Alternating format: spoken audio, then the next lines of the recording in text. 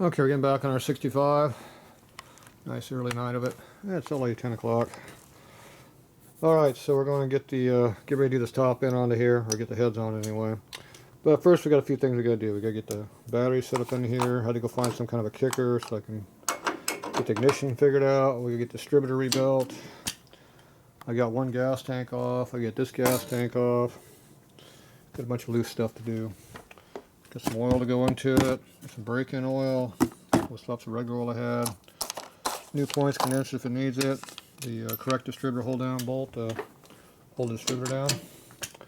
So just a bunch of little loose ends before the top end actually goes on it. So, all this stuff has to get figured out beforehand.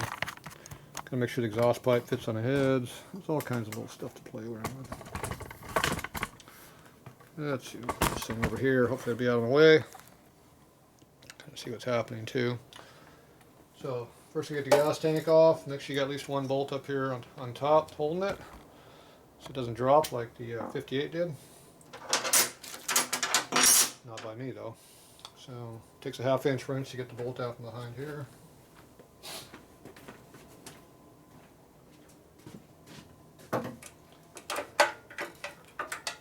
We're back in there's a bolt.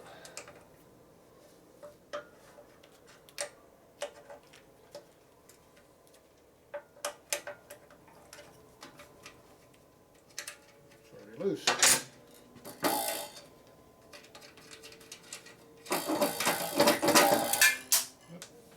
Washer, spacer, or something. Nut. An extra nut. Okay, you pull the one off up here that you can't get to right now. We'll turn now.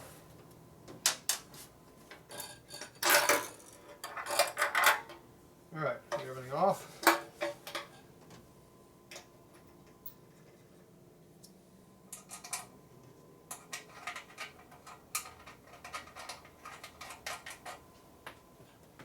And we'll throw this over here with the other one. See, the owner did a great job of cleaning out the tanks. Nice and rusty. I don't think it's going to stay there very long before it hits the ground.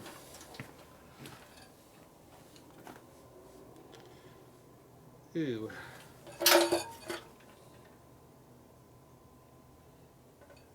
Someone's half-ass attempt at coating.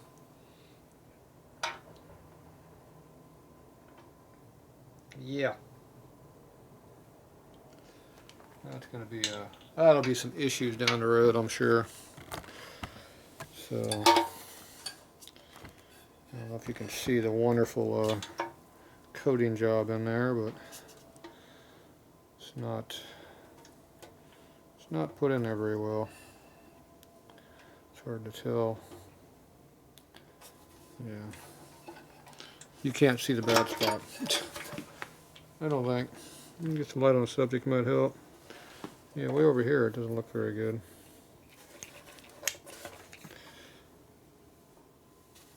Yeah. Stupid tripods suck. Can't see a damn thing with them. You gotta try holding a camera and a gas tank all at the same time without dropping any of them. That's always fun to do. Alright, let's see if we can see anything in here. Yeah, we do not want to blow it up. Yep, more junk on the floor. Alright. See how it's all coming apart down in there? Yeah, see it's all flaking off right through there. And back in through there, it's coming apart. There you go. Yeah, this is going to have some issues down the road. That's why I don't like sealing tanks up. Fix all the cracks and holes and get all that stuff handled first. Put that like that, it can't fall off, right? Yeah, that only looks unstable, doesn't it? Yeah. No, that's perfectly fine. There. Yeah, perfect. Yeah, that would never move. Perfect. That'll take a An 8.0 Richter scale, earthquake, no problem. Alright, so now we gotta figure out this distributor issue. Gotta get some oil in here, so get the oil coming down through here. So let's get the oil into it. I figured it needed oil because there's nothing on a dipstick. Pull out the oil filter, it's kind of dry. And you look in the tank, oh, it appears to be lacking moisture. So I'm thinking it needs to be lubricated. Now, first thing to do before you put oil in any bike, check the drain plug and make sure it's not loose.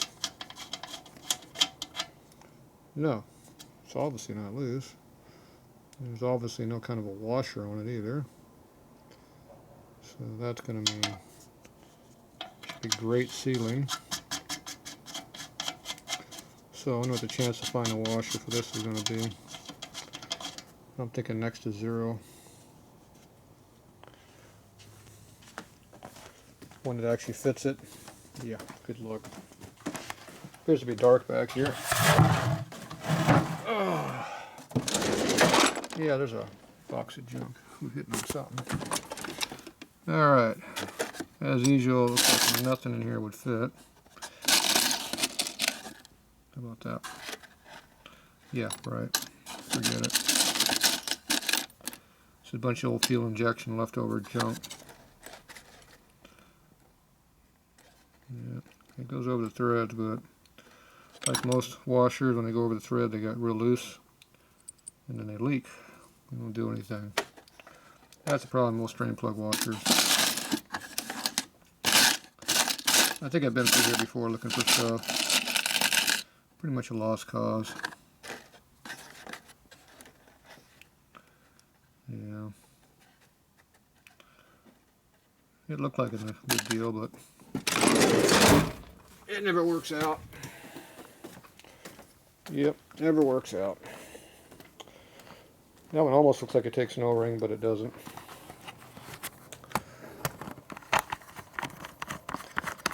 So we'll try something else that might work. Drop it on the floor, that's a good thing to do with it. Okay, usually what I do is I clean them up. And I put a little 3-bond on it. I screwed up in the tank. Let the 3-bond do its job.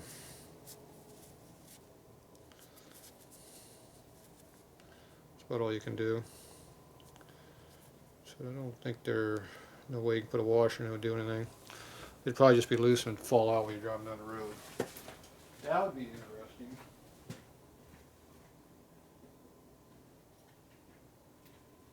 Yeah, that's the first thing I want to do on a new motor. Lose your drain plug going down the road. It'd be a wonderful thing. Alright, so we go over here.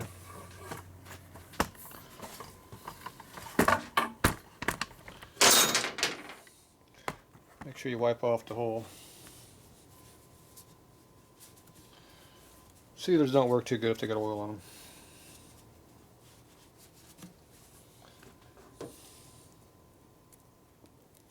Take my 3-bond.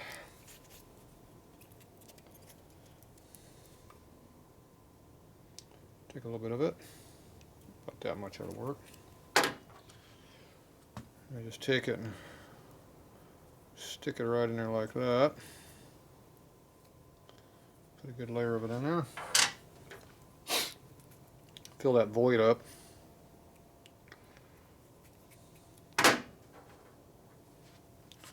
With goo. Try not to get too much of it on the thread.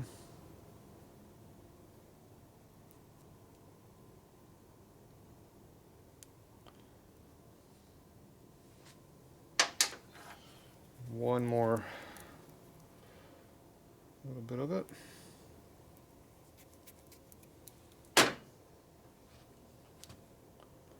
See, right where you can't watch me. Great video. See, the camera's up too high. Alright, so now I got a nice good layer of crap on there. I'm going to throw that up in here.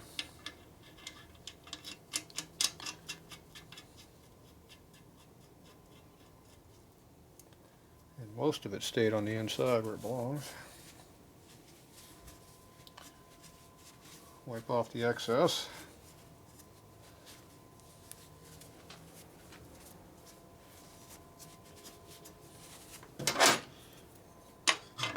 Tighten it up. Okay.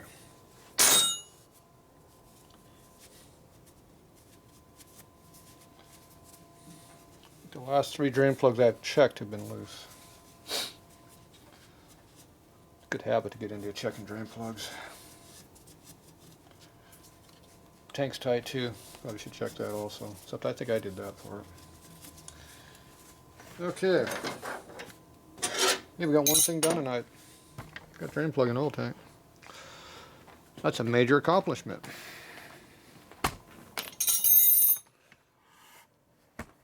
Okay, now we're going to go ahead and put a little bit of oil up in the tank. Probably should check to see if there's any dirt in it.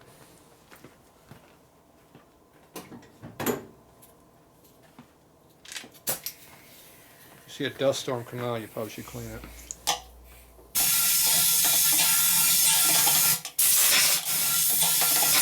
Appears to be clean.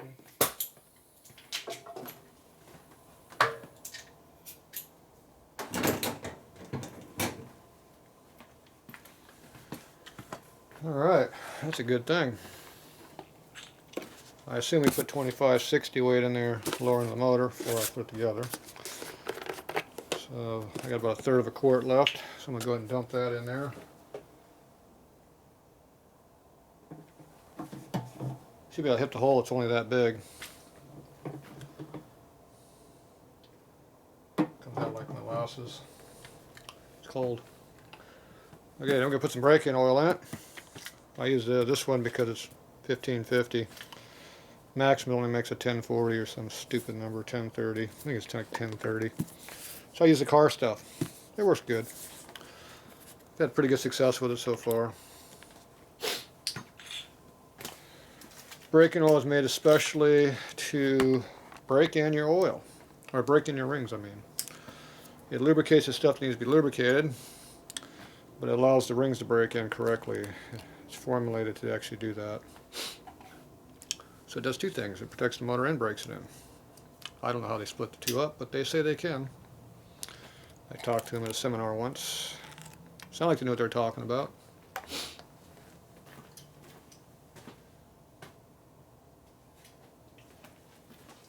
Anyway, I've had good luck with it. I haven't had any problem with rings if I use it in the bike. So I guess that's saying something.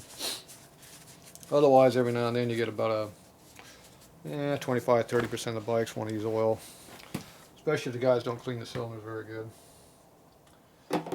That seems to be a huge no-no. Make sure you clean the crap out of your cylinders before you put them together. Alright, let's see if we make a mess with this. This is expensive, so it's easy to spell. Oh, jeez. I hit the 3-inch hole. Damn. Okay, for a mock-up battery, I'm going to use a heavy-duty Yuasa. So this one has the post on the right side. We're not going to use the correct battery because they're piles of crap. This has, it seems like twice the power, but it's only got about 40% more power, not twice. So we got to be able to check the ignition, so we need to be able to hook it up, get some power. So we got to hook up this wire right here to a battery.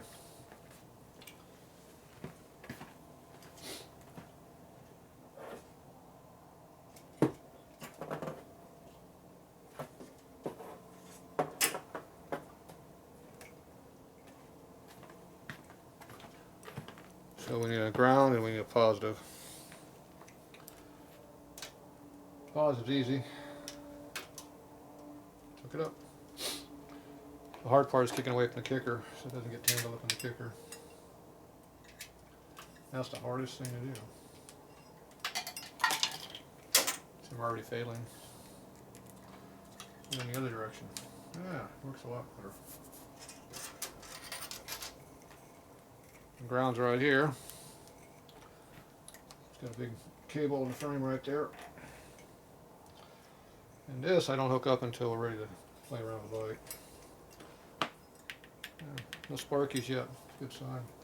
Turn the ignition switch on. And nothing lights up. That's not a good sign.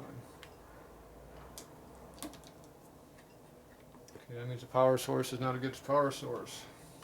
So I don't know what this wire does, but it ain't doing what I want. So now we go down to the regulator.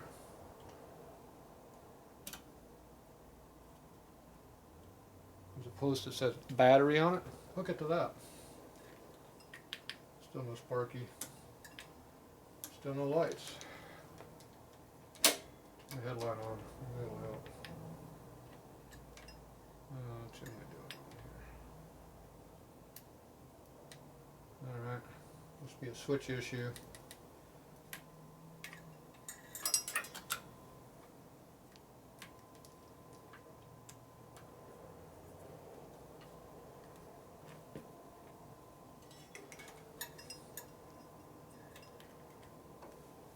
Headlight works. Ah, it is a switch issue. So you have to wiggle the switch just right, hold your tongue out just right, and the lights come on, see? Wonderful. Good design. I'm going to leave the switch on up there. I'm just going to kill it right here. Battery cable. Alright. Now you want to use little jumpers because that way if anything happens, it burns up the wire. Don't have to worry about it hurting anything. So if the starter self-engages or something stupid happens, it won't go very far. Okay, how's our oil going? It's been draining for a little while. Ooh, it appears to be empty. One oil. Now theoretically, you probably should put at least 2 of these in the bike, depending on how much you're going to drive the bike. So right now it's got a little bit in there. It's enough for what we're going to do. Now I usually don't like having filters in there when you first start the bike up. You can't see the oil flow with them. So we'll get that out of the way.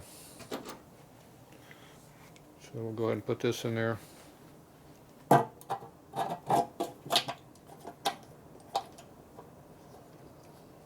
You only need 2 or 3 quarts of oil in a tank when it's a 4-quart system. If you're just going to ride the thing around local town, short rides, just breaking the motor in, you know, no more than 15-20 miles at a time. That way you don't have to waste a bunch of money on good oil. Unless you want to. If you want to do long trips, you can use that oil for 500 miles if you want. If you're going to do that, fill the tank up. But if you're just going to do 50, 100 miles on a bike and dump it, just put 2 or 3 quarts in there. A couple's enough. Depends on how much riding you're going to do with it. You can do a lot of high RPM riding the freeway, put more oil in it. Okay, and you got to put the coil wire in the battery. Now this is a point ignition system. You got points, so those things open and close over there. Make sure you have copper wires. If it doesn't say copper, it's not copper. If it says suppression on it, it definitely is not copper. So this is HEPA line ignition. That doesn't tell me it's copper. But see over here, it says copper. If you don't know for sure what you got, look on the bottom of the wire down here. And if you see either copper or a stainless color wire sticking out on the inside, you have a real wire. If you see a black thing sticking on the inside, that's called junk. Unless you have a computer or electronic ignition or something stupid like that. If you have a real ignition like a magneto or point, you need copper wire. Now before you do any ignition testing, you want to make sure you hook up the plug wires in the coil. That way the coil doesn't cross arc and burn the coil up a little bit. Once you get a carbon track going from shorting out a coil, it wants to continue doing that and the bike don't run as good.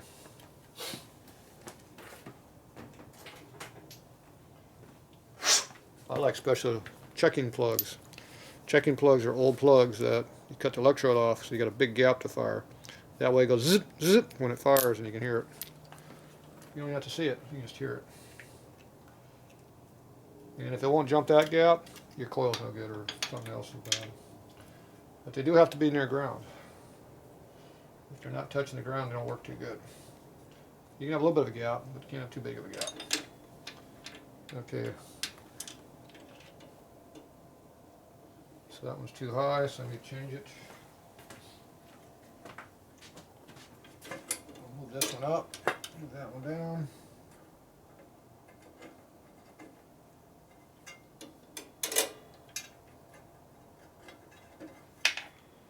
Okay, now you should be able to see a spark happen.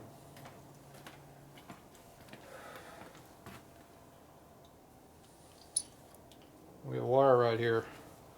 See, it goes to your points. When the points open and close, it'll spark the ignition. So if we hook up our negative,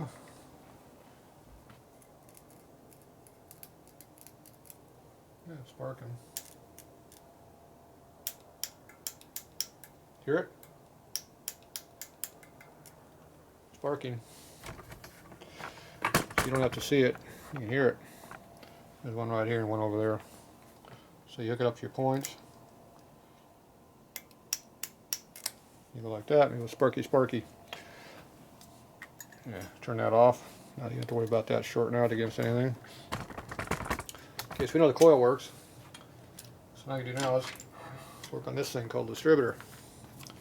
This is an automatic advance. I hate automatic advance distributors. But when you got electric start, you kind of need it. That way when it spins, it'll be retarded.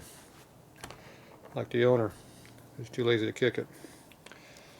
Okay, now we got to see how bad these points are. So if you take them out, take them off and look at them. Look at the pity on it. You see how it just has a little bit of a pit in there, nothing serious. These are probably pretty much brand new points. Condenser probably is too, it's just been sitting so it's dirty. So if they look good like that, just put them back in, they're fine. Got oil on my fingers. Now usually what I do is I want to clean the point up a little bit with a file. You can also use sandpaper, not emery paper.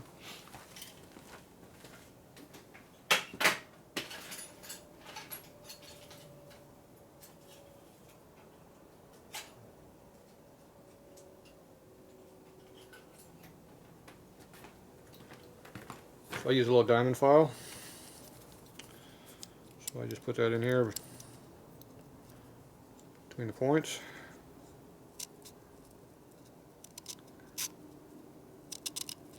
I put pressure on my thumb, just pull up on the point, pull up on the file. That should be enough to do something. These are loose, you can take it apart and look at them. See, I cleaned the point a little bit.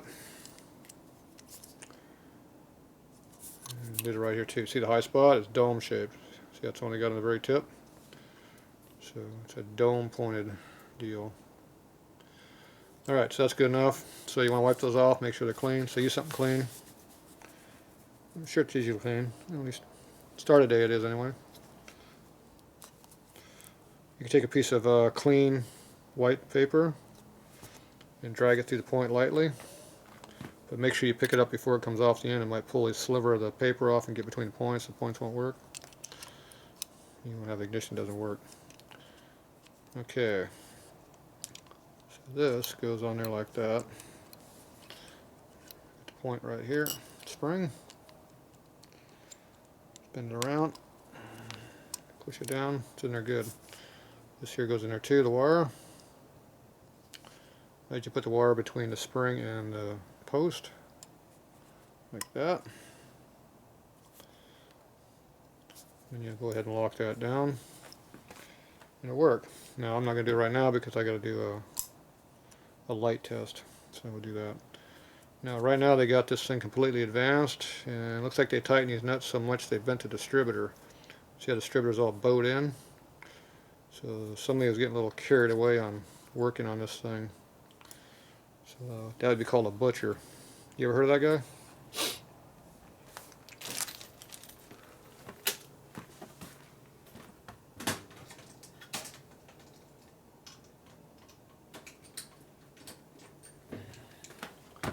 Alright, so I'm going to take the distributor apart. These automatic advances have a spring assembly inside here. These two nuts here are on stands, and the cover just pulls off.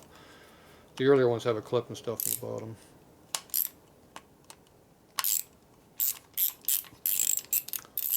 So obviously whoever worked on this didn't understand the word tight. Tight means tight, and tight doesn't mean break it.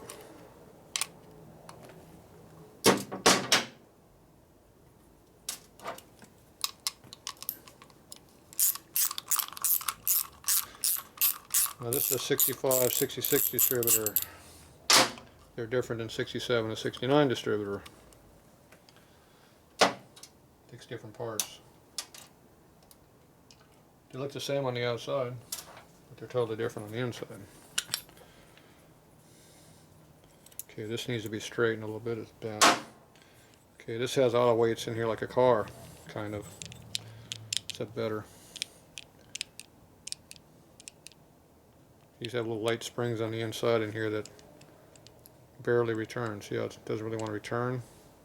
See how lazy it is on returning? It's not good. Okay, pull the cam up and see what's going on with the weights. Pretty much these points are, these parts are non-existent. So there's not much you can do. That's what that means.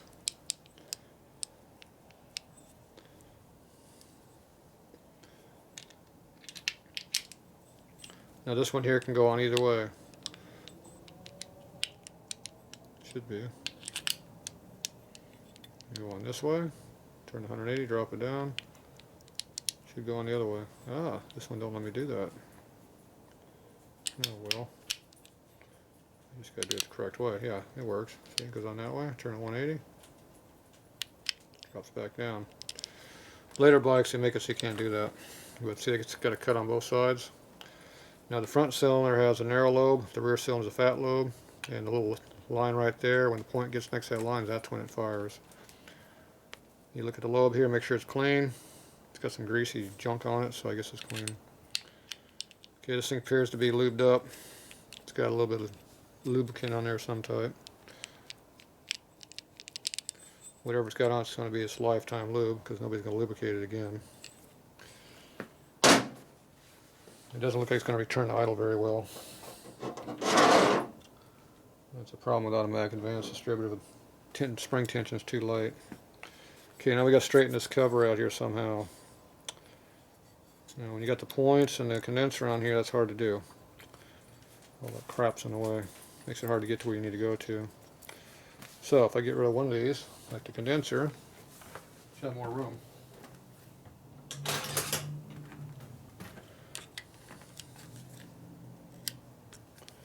We're going to take this off.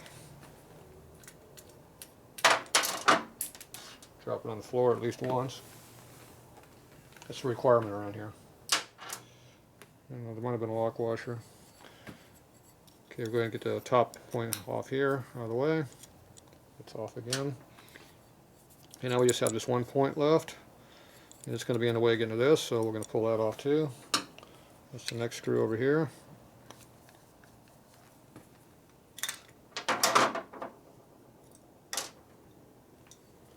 It just comes off like that.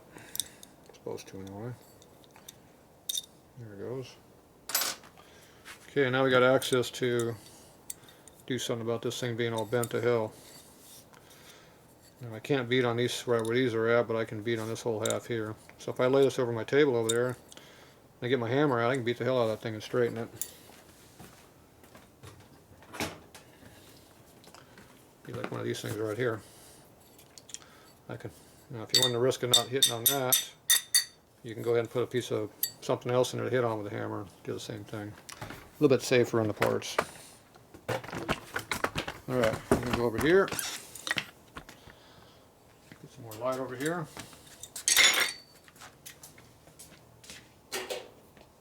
Oh, we got light. We don't have any room to work though. Move that out of the way. Okay, we got one steel table over here. It's really thick and hard. Doesn't move too much when you hit on it. Okay, you find out where it sits flat. Beat on the damn thing. You can do that like that. Now, if you don't want to beat on that, you can go ahead and get a piece of bar stock of some type. Something big. That won't work because it's too big. Yeah, it was nearby and everything. How about something like this, a little punch? Yeah, it's only about that long. That'll do the trick. Put it right on the edge. Hit it. Work your way in a circle all the way around.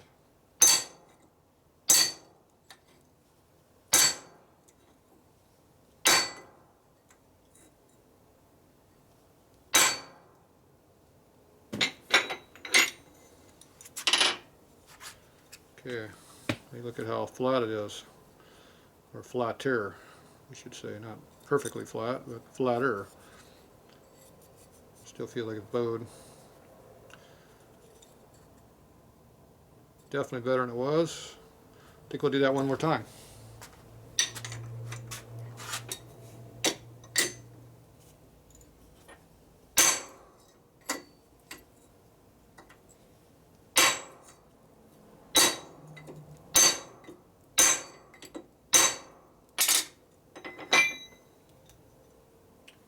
Okay.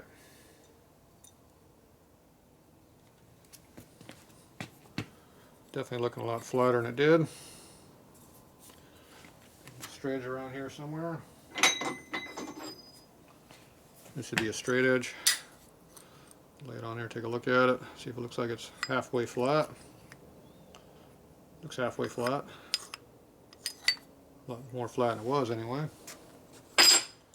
Alright, that'll work. So now I get to take this apart and do it again. Or put it back together again, I should say. Okay.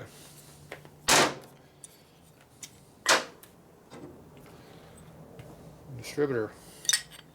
Doesn't matter which way it goes on. It can go on this way, or go on this way. Whichever way it fits better is the way you put together. It appears to be fitting pretty good right there. Now it looks to me that we could have washers in here. Which probably work better than having just nuts on here. So you had washers in there already, but they weren't taking too much effect where they were working before.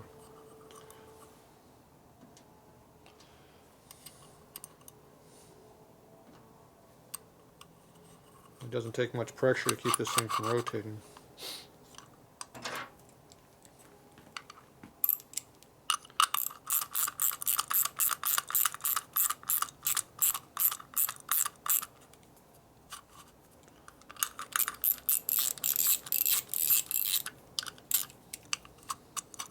Okay, so we got down where there's no clearance on the washer right now. You can still rotate the distributor. I'd say put it right in the middle so you got some adjustment. About that much tension. Ugh. Ugh. Damn, I can't move it. What's up with that? That's all the tension you need. You don't need much. Okay, now this distributor here you can't rotate in the base, so when you bolt this in, your adjustment's up here, and you move this tooth up and down a tooth at a time until this comes in where you want it. And this slot right here equals one tooth down here, so you have to pick the tooth to be on to get this to work, and you have to put the motor in the right spot, and you have to be on the right lobe. So you have all those things you got to do. You know, it's not that hard to do, but some people have issues. So if you're the type of person that has issues, you need to get over your issues, or take it somebody doesn't have issues.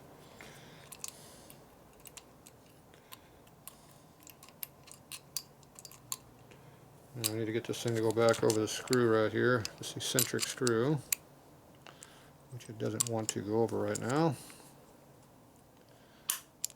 There it goes. Had to kind of force it a little bit too high in here or there. Okay, make sure this fits flat before you put the screw in and tighten it down. This takes the round excuse me. This takes the round head screw, not the Philister head. In case you don't know the difference, the round head screw has got a round head on it. See, it's got a round head on it. That's your first clue. Okay, this screw is on the eccentric. It moves back and forth, side to side, which moves the point side to side. Okay, we don't know where you need to be, so we're just going to tighten it up like that. Don't need a ton of torque on it, just a little bit. Now, this is a Philister head screw. It's domed head, not round, and it's got a tall side to it. So that's what a Philister head looks like. So that's a small diameter screw, gets in tight places. It's got strength to it because it's thick. Usually use those to hold condensers in because they don't have room to put a thick-headed screw on there. See how the Philister head fits right up in the side? That's why they use it.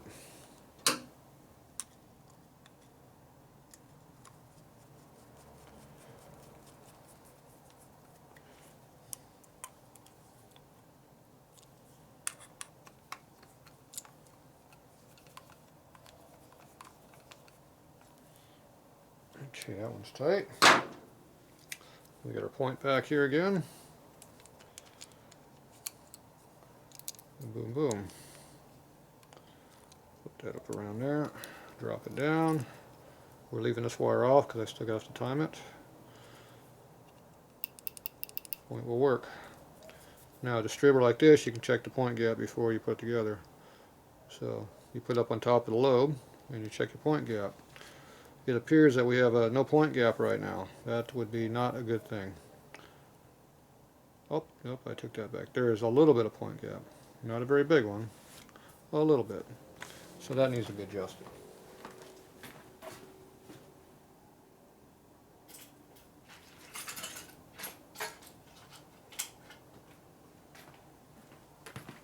So these are feeler gauges for points.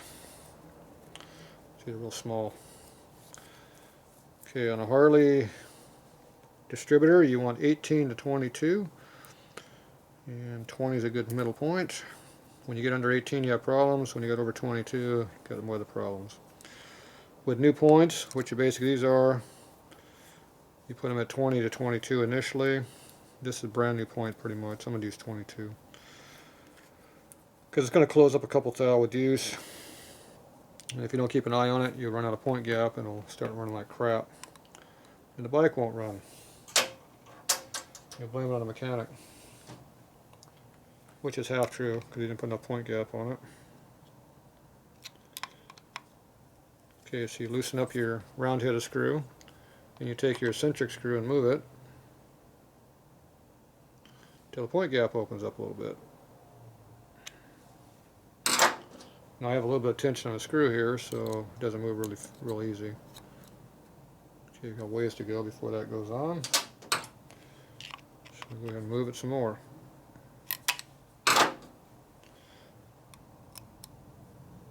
Still won't go in there. Ugh. Give it some more.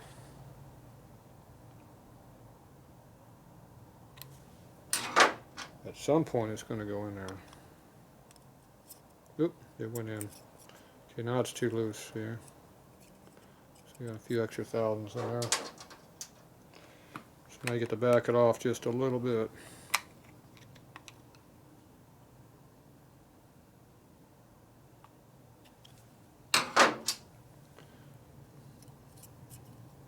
Look like I moved it enough. Let's move it some more.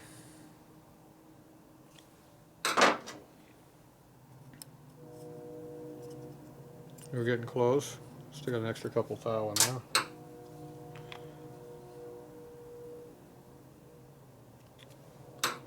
Can't really feel it move, so I'm going to keep checking it. It goes to 1 o'clock choo-choo, but he's early. It's only 10:30. He's early. Yep, I went too much. See, now it's tight again. If you leave it in there and loosen it up until it just falls out,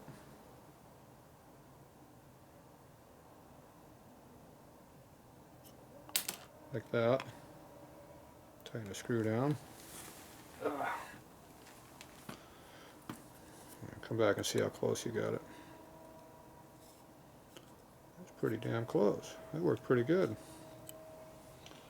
Imagine that. Can I go check the other lobe? They should be the same, but they're not. See, this one's real loose. Well, maybe that wasn't part of the lobe that was real loose. Nope, this part of the lobe's tight. So it's tight on this side, loose on the other. So what do? Adjust the loose one. I mean, adjust the tight one. Leave the loose one loose, just like your chain. Tight's tight. Adjust on the tight spot, not the loose spot. If it's too much, it's too much. Oh well, you live with it. It should be equal, but obviously the distributor's not perfect. Okay, so if at this point the distributor's adjusted, rebuilt, more or less. Basically we just took it apart and fixed, straightened it. But we cleaned up the points, so they're good. We're assuming the condenser's good. So now we go over and time it. Alright, now to time a bike, it's allows you to do it when you get the cylinders off, or the head off, because now you can see what's going on real easy. You don't have to have a Phillips screwdriver and a spark plug hole. Like this. Now the reason you use a Phillips screwdriver, hitting the spark plug hole over here, you come in through at a high angle, it hits here and it doesn't hurt any damage. If you got a flat blade in here, like this, you come up in here, you can hit it sideways and snap the tip off. It's hard to snap a tip of a Phillips off, they're bigger, so they just bend. So if you lay the screwdriver flat in here in the chamber like that, when it comes up it bends it. If you put it up straight like that, it moves the screwdriver up and down. So you want to hold it up and down as much as you can. And it's a good indicator where you're at. Now obviously right now we can see the pistons all the way, they're pretty close to all the way up. Now we don't know if we're on the compression stroke or the overlap stroke. It's a 4-stroke motor, it doesn't fire every time it comes up, it fires up every other time. Now, you have to look at your lifters over here. If the lifters are moving, you're on the overlap stroke. If the lifters are not moving, you're on the compression stroke, because these control when the valves are open. Now you notice how these two are low and this one here looks like it's high? But see, it's got hydraulics, it's got air in it. It's not really high, it's got air in it. But we don't know which one we're on. So I just put my fingers on the one I care about, the front cylinder, and I kick the motor over with a kicker over here. And we see what happens. See how the lifters are moving? Intake just dropped. When the intake drops, the next one up is compression. So now we're watching the piston over here. Piston's coming up. Okay, when it gets to about 7/16 from the top, that's about where the timing spot's at. So you have to go on the other side and see where the timing mark's at. On old bikes, which is pretty much anything I work on, there's a timing hole right over here. And there's a mark in there. On new bikes, they don't even have this crap in there because they don't want you to do anything important like set the timing. That'd be like void your EPA or something. Now you see that line right there? See how it's toward the front of the hole? That means I went too far. It needs to be back of the hole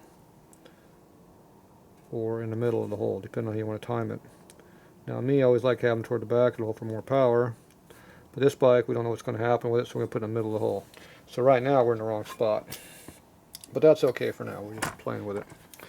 Now we're going to put the plug back in the hole because there's oil down there and it might blow out when I kick it. It's cylinder pressure.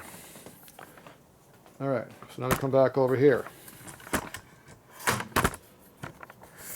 Okay. We gotta look at what we got to work with over here. Now this looks like it takes some kind of a big ass O-ring in here. Maybe. Except I don't think I had O-rings on these bikes. This bike has a distributor base. So I gotta go look in the book and see if there's some kind of an O-ring that goes in here, because there's going to be something big to go in there. The gasket is, that slot is wider than this base is, I think, or about the same. So gasket's not going to do a lot for us. See, it's almost the same width as the base. So over here. So if you look right here, see how the counter bore is right about where the darn thing is at. So you got to put some kind of an O-ring in here. The gasket's not really going to do anything for us. The only thing the gasket's going to do is maybe keep some of the water out of that groove, which would be a plus. Alright, so we have to do something about that. Now the other thing is, we know that we're on the timing. We just passed where we should have it, but that's close enough. We got something to work with. So we got to figure out where we want the distributor to go. Get back over here where I can see what's going on. Damn it. Okay, so right now, you see that little line right there? That should be right over here where the timer point is at. So right now we're off. We're in the wrong spot. Now the bolts are going to have to go in here. I got brand new bolts over here. These are special quarter 24 thread bolts. The reason you call them a bolt is because it's got a hex on it, it's not a screw. So these are the factory replacement reproduction colony stuff.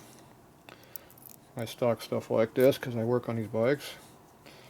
So this is quarter 24 thread. That's not 28, it's not 20, it's 24. It's Harley thread. And then an old industrial standard from the 30s and 40s. So that's oddball these days. Okay, so this goes down in here, and it goes in this hole right here. This is kind of a pain in the ass to put two of these in here. That's why they went to a different design a couple years later. So that goes right in there like that, and we have to tighten all the way up. Okay, so right now we're going to leave this out, but we know the distributor has to be in this one spot. Can't change. Get these out of the way so I don't lose them. Okay, I got to get this mark to be over here where the point is at, point rubbing block. So you can take this, pull it up, rotate the gear a couple teeth worth, drop it down. Now it's on a spiral, so when you push in the gear down there, it's going to rotate.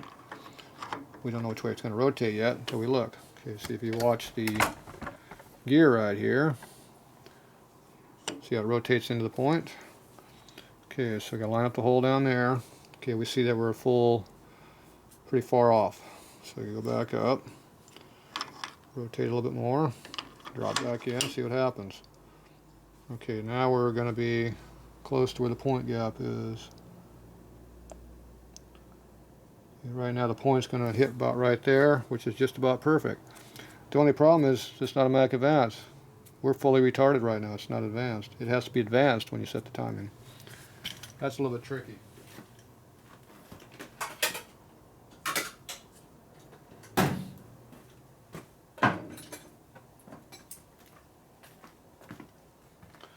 So if you take your thing here and you advance it, and it's got a really light spring on this thing.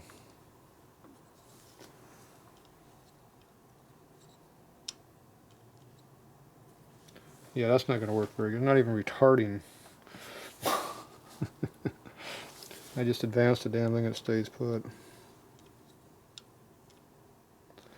That's not very good.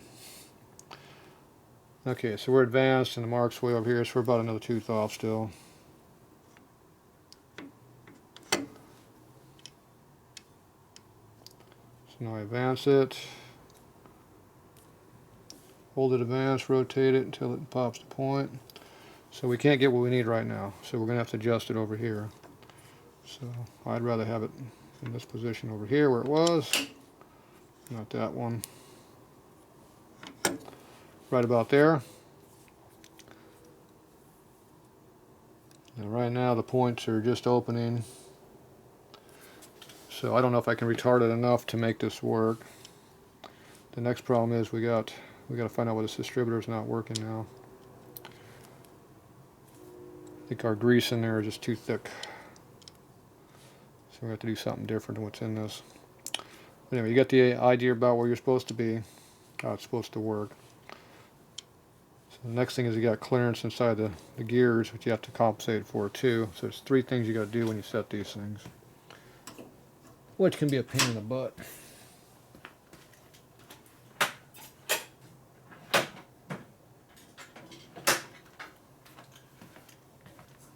There's a tack drive right here. We have some backlash in the gear teeth. This one's not too bad. There's almost no backlash. At least it's not moving. It's a plus. Makes it easier to time it. Okay, but right now we got something wrong with the darn advance mechanism in there. So I'm going to pull this out. We got to find out what's going on with this thing.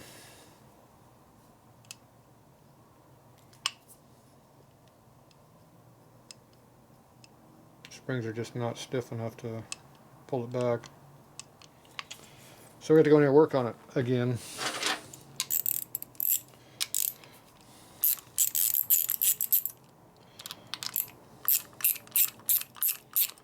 Now the point gap should not change, hopefully. Doesn't mean it won't.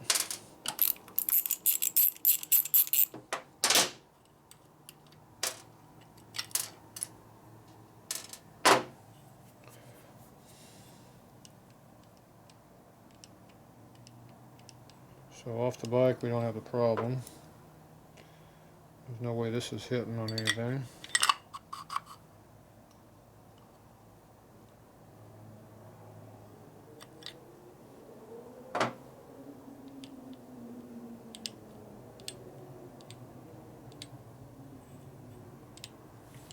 Weights are just really, or springs are really, really light.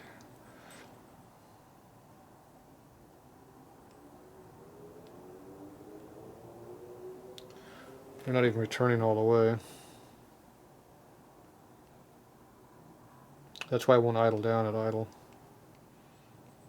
It won't idle down until it retards, and when the spring retards, it drops below your idle speed and it dies. That's the problem with these things.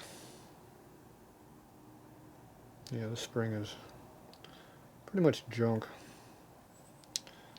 Alright, so what are we going to do about that problem? You can see how it's not returning.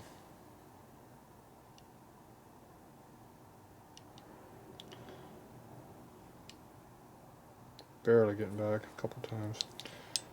So whatever we got for lubricant in here, it's too thick. If you put a real light oil in there, it won't hang around for later. See, this one's not returning at all. And it's really loose over here. It's worn out on the pivot. See that? Yeah, the other one's loose too, but it's returning better. Alright, so what can we do to fix this problem? Trying to figure out what holds this thing together. Looks like they have a little E-clip jammed in between here. So if you take the E-clip off, you might get the weight off, get the spring out. Or you might be able to put a pick under here and pull the spring out with a little pick. And try to do something to get more tension on that thing. So I'll go ahead and play with that a little bit. So we got to do that where I can hold the distributor with something. We're going to need a little tinky ass screwdriver like this. Let's go over here.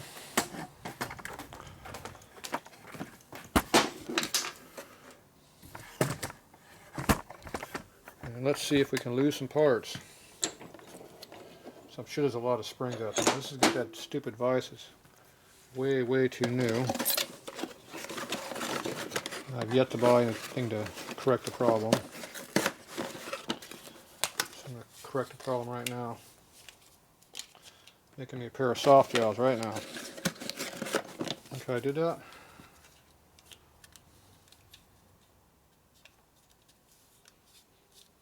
There you go.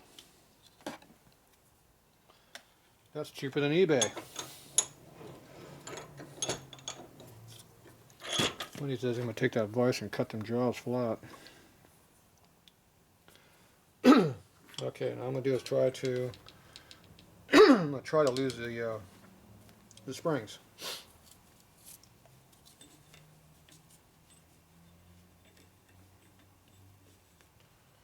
Let's see, there's an advantage of having rags with holes in them.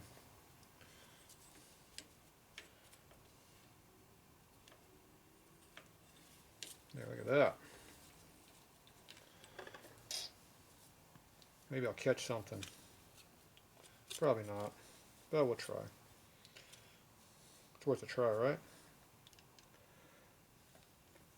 I need a flashlight so I can see in there.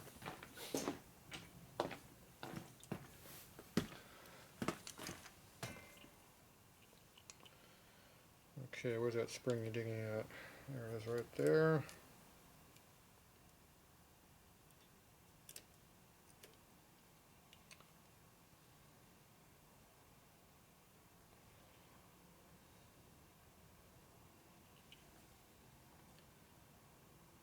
It's hooked on.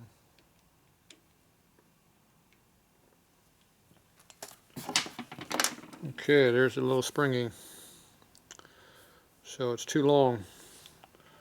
So we need to make it tighter. So usually what I do is I take them and I bend the eyelets tighter. Now what do I got that's small enough that I can bend that spring with and make it tighter? That I'm not sure. These are definitely not very heavy. Let's see here. I'm not sure. I'll go find something. We'll be back.